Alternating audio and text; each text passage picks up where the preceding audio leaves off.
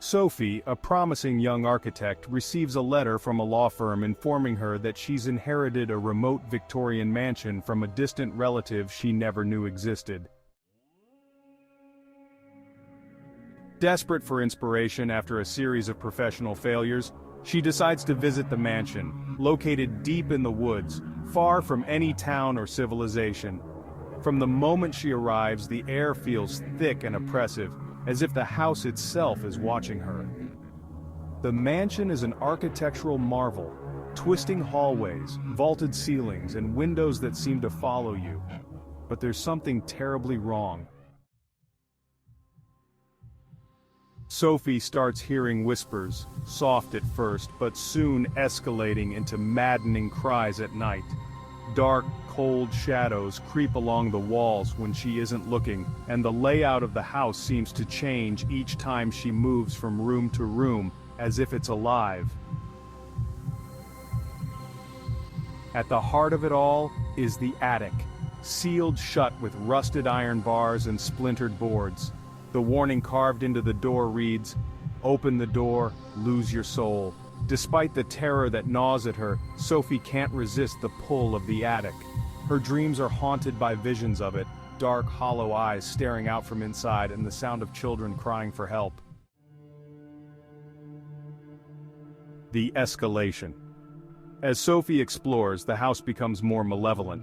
Rooms fill with the stench of rot and decay. Shadows writhe along the floors like living creatures, and grotesque figures, part human, part architectural structure, crawl from the walls. They whisper her name in voices that grow increasingly familiar.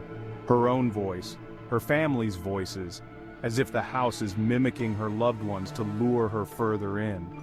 She finds disturbing photographs of the house's previous owners, gaunt and hollow-eyed, posed as though they were alive, yet clearly decayed.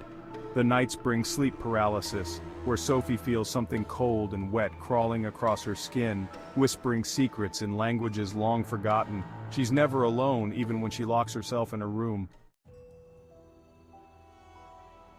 The revelation. Sophie eventually uncovers the twisted history of the house. The mansion was built by a secretive, deranged group of occult architects who believed they could craft a building that trapped the souls of its inhabitants for eternity. The house feeds on the suffering of those who live inside, warping reality and bending time to keep its victims trapped in an endless nightmare. The house slowly consumes their souls, warping them into monstrous, deformed entities that now dwell within its walls. The attic holds the souls of the children sacrificed to the house, eternally wailing in agony, their faces twisted into horrifying masks, and they want Sophie to join them. The descent.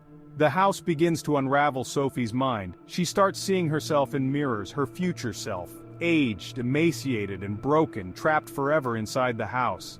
As the architecture of the mansion becomes more nonsensical, with endless staircases leading to nowhere and doors that open to impossible voids, she realizes the house is trying to absorb her into its design. Each step she takes warps the layout, making it impossible to escape. Her final act of desperation leads her back to the attic door. The whispers are deafening now, and she feels the house breathing around her. With no other choice, she breaks open the door, only to be confronted by the horror she's been avoiding. The house's heart, pulsating with the trapped souls of everyone who ever lived there. Their faces stretch out from the walls, screaming for release. But it's too late. As Sophie takes one step into the attic, the door slams shut behind her. She's part of the house now, a new face among the whispers, forever calling out to lure the next victim. Horror element. This story emphasizes a slow descent into madness, a house that distorts reality, and the existential horror of being trapped forever with no escape from the torment. The atmosphere becomes increasingly suffocating as Sophie realizes she's walking deeper into a nightmare with each step, and there's no way out.